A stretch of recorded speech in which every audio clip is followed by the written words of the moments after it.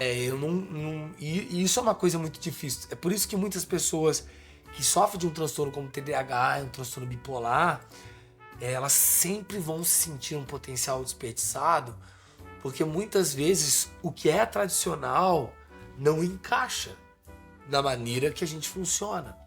Então eu tenho que... Não é que eu tenho que... Aqui que está o erro. Aqui que está o erro. E é uma dualidade muito grande, porque ao mesmo tempo que eu não posso lançar um foda-se e falar eu sou desse jeito, sabe? Ninguém me muda, eu sou assim e acabou, me aceitem. Eu também tenho que entender que eu funciono de uma maneira diferente, que eu vou precisar adaptar a minha vida, o meu trabalho, as minhas relações, para que elas consigam fluir.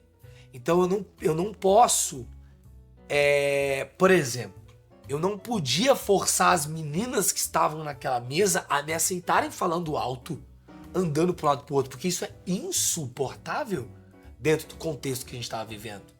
E não adianta eu querer bater a minha mão na mesa e falar, não, vocês precisam me aceitar, isso, né? Ninguém me entende. Isso é de uma imaturidade muito grande, de uma falta de responsabilidade com o outro muito grande. Porque o outro não é obrigado a me aceitar da maneira que eu sou.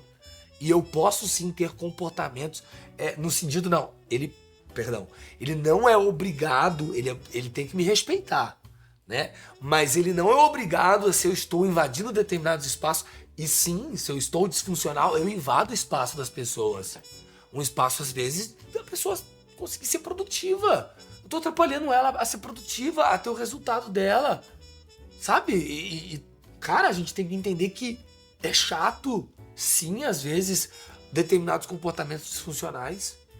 E não é porque eu tenho que olhar pra mim e falar assim, ai, tá tudo bem eu andar pra um lado pro outro e falar alto. Não, não está tudo bem em determinados contextos. Entende? E isso é responsabilidade. Então, mas ao mesmo tempo entender que eu não posso forçá-las, e elas também não são obrigadas a aceitarem isso, né? Mas ao mesmo tempo, eu também não preciso ficar ali, entendeu? Eu posso procurar um espaço onde eu vou conseguir fluir, e que vai ser aceitável, e que o meu jeito vai se adaptar, em que eu posso falar alto, em que eu posso andar para um lado para o outro, em que eu posso expressar aqui, ó, tô mexendo, entendeu? E tá tudo bem, sacou? Em que eu posso fazer esse tipo de coisa. Então, acho que a grande sacada é eu conseguir entender que eu vou poder encontrar lugares e criar lugares para eu poder funcionar da melhor maneira, da melhor versão que eu sou, dentro daquilo que eu sou, do meu transtorno, porque eu não sou meu transtorno, mas o transtorno traz consequências só com meus comportamentos. E os meus comportamentos é sobre aquilo que eu faço. Então eu sou o que eu faço, entendeu? A gente é aquilo. Eu não sou o que eu sinto, eu não sou o que eu penso, eu não sou minhas emoções. Não sou nada disso. Eu só sou um recipiente por onde tudo isso passa.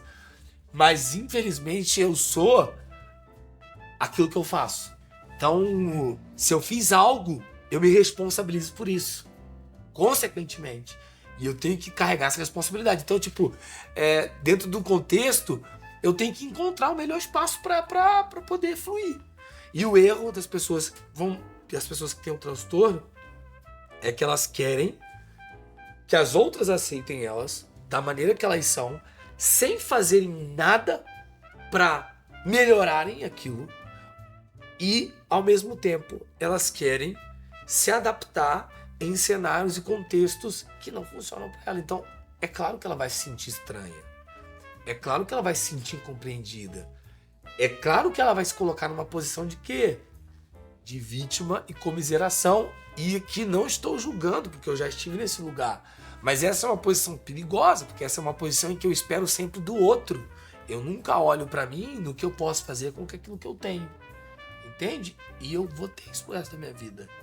É sobre a maneira que eu vou lidar com ele. Então, tudo bem, você não precisa aceitar que eu sou um pouco mais agitado. Você pode se incomodar com isso e tá tudo certo. Tem pessoas que se incomodam. Assim como também me entendi com pessoas que não têm nenhuma personalidade e são meio paradas e etc. E tá tudo certo, entende? Eu preciso me relacionar com ela? Não. Eu preciso levar pra minha casa? Não. Entende? Eu posso ter uma convivência, respeitar, e é isso, tá ligado? Então, tipo, eu não tenho que forçar nada. E quando você entende isso, fica muito mais fácil. E graças a Deus eu consegui adaptar tudo isso pro meu contexto. Então, por isso que muitos indivíduos que sofrem de um transtorno TDAH, transtorno bipolar, são empreendedores, são artistas, são pessoas criativas que não é que o transtorno te traz a criatividade, aqui tá uma outra romantização que a gente precisa quebrar. Ah, eu sou criativo porque eu tenho TDAH. Não, tu não é criativo porque você tem isso. A criatividade, ela é uma habilidade. E como qualquer outra habilidade, eu aprendo ela. Eu posso aprender a ser criativo. Eu tava aqui com vocês e você me ensinou um processo para eu ser criativo. Você não quer? Então senta num lugar diferente. Isso é criatividade, né? Enxergar possibilidades. E aí o indivíduo que sofre de um transtorno, ele não enxerga as coisas, ele não aprende igual todo mundo. Puxa vida, por que eu tenho que aprender sentado? Por que eu não posso aprender andando para um lado para o outro, explicando para uma plateia invisível, desenhando na parede? Então, se eu não consigo aprender sentado aqui, quietinho, com a professora passando, eu tenho que fazer o quê? Para tirar nota boa? Criar um jeito novo de aprender. Se eu crio um jeito novo, eu estou sendo o quê? Criativo. Então, os indivíduos que sofrem de um transtorno como o TDAH, não é que o transtorno traz a criatividade. É que para você conseguir ter os resultados que as pessoas que não sofrem de um transtorno têm, você vai precisar correr atrás de uma forma diferente. Então você sempre vai estar buscando formas diferentes de fazer aquilo que eles fazem, você está entendendo? Para atingir o resultado. Então eu tive que aprender uma forma nova de estudar, uma forma nova de trabalhar, um jeito novo de fazer o que as pessoas fazem de maneira comum. E aí eu me torno um cara criativo, eu me torno um cara que penso diferente, né? Que exploro novas ideias. Então o transtorno não trouxe. Eu vejo assim, TDAHs são mais criativos, são mais empáticos. Isso é uma romantização absurda. Tem um monte de TDAH que não é empático nem aqui nem na China. Muito pelo contrário. Entendeu? Tem um monte de TDAH FDP, né? Tem um monte de gente que tem TDAH também que não é criativa. Mas tem outra assim, TDAH também é muito sem filtro, né? Às vezes ele não pensa no que ele vai falar, ele só solta, ele acha que não tá sendo... Muito, isso aí é impulsividade. E não é, às vezes é sem querer, viu, gente? Que solta um negócio sem querer não é sempre assim, não, tá? Não é não. Mas, tipo, então a gente tem que ter muito cuidado com essas coisas bonitinhas que as pessoas falam sobre o transtorno, porque no fundo elas não são bonitas. Não é porque o transtorno me deu uma criatividade. Porque, porra, pra tu hoje construir esse estúdio que você tem a tua banda, você me parece um cara super criativo, você também, eu nem conheço a história de vocês. Deve ter tido muita treta pra se adaptar, pra se entender, para as pessoas tentarem entender e você se expressar. Então, tipo assim, não é fácil, tá ligado? Não é simples assim. É só. Não, porra, tem todo um contexto que deu treta pra caramba pra gente conseguir hoje funcionar de determinadas maneiras. Mas quando a gente consegue unir tudo isso, a gente flui de maneira mais fácil. Então hoje pra mim flui muito bem porque eu consigo